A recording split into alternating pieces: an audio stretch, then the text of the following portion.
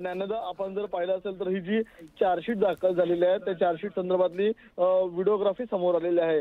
कारण की व्हॉट्सअपच्या माध्यमातून काही व्हिडिओ कॉल गेले होते, किंबहुना पोलिसांनी काही फोटो काढले होते घटनास्थळी जाऊन, जी बॉडी संतोष देशमुख यांची मिळाली होती त्या संदर्भातले जे फोटोग्राफ समोर आलेले आहेत त्यावरून आपल्याला स्पष्ट पाहायला मिळतंय की या ठिकाणी संतोष देशमुखला या ठिकाणी गुंडाळून मारहाण करण्यात आली होती। संतोष देशमुखचे हात आपल्याला पाईपने बांधले होते, किंबहुना संतोष देशमुखच्या या ठिकाणी सुरेश धस ज्यांनी म्हटलं होतं की अमानवीरित्या जे कृत्य आहे ते देखील आपल्याला संतोष देशमुख संदर्भात होताना पाहायला मिळालं होतं। त्या फोटोच्या माध्यमातून आपण प्रेक्षकांना दाखवू शकतो की किती अमानवी पद्धतीने संतोष देशमुखला मारहाण करण्यात आलेलं आहे।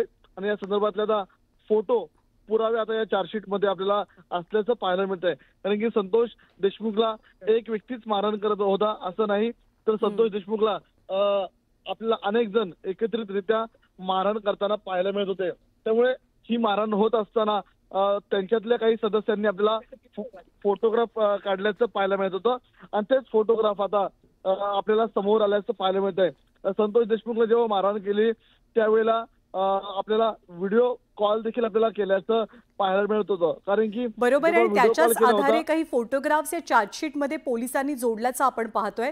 तुषार, त्याचबरोबर या आरोपपत्रातल्या काही गोष्टी तर समोर आल्यात, आरोपींचे क्रमांक समोर आलेत, कोण कोण आरोपी आहे त्यावरती शिक्कामोर्तब झालंय, आणखी कोणत्या बाबी या आरोपपत्रातनं पुढे येतात?